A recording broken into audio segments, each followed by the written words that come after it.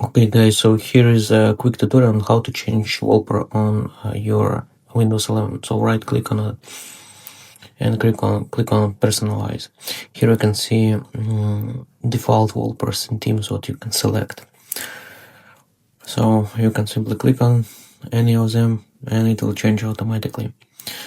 Also you can set your own picture, so click on background.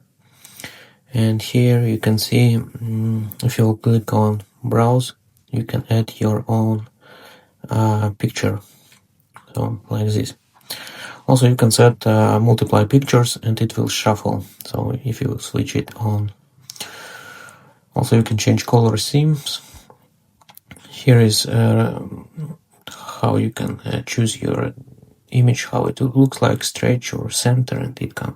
Okay guys, hope this video was helpful. Please make sure to like and subscribe to the channel.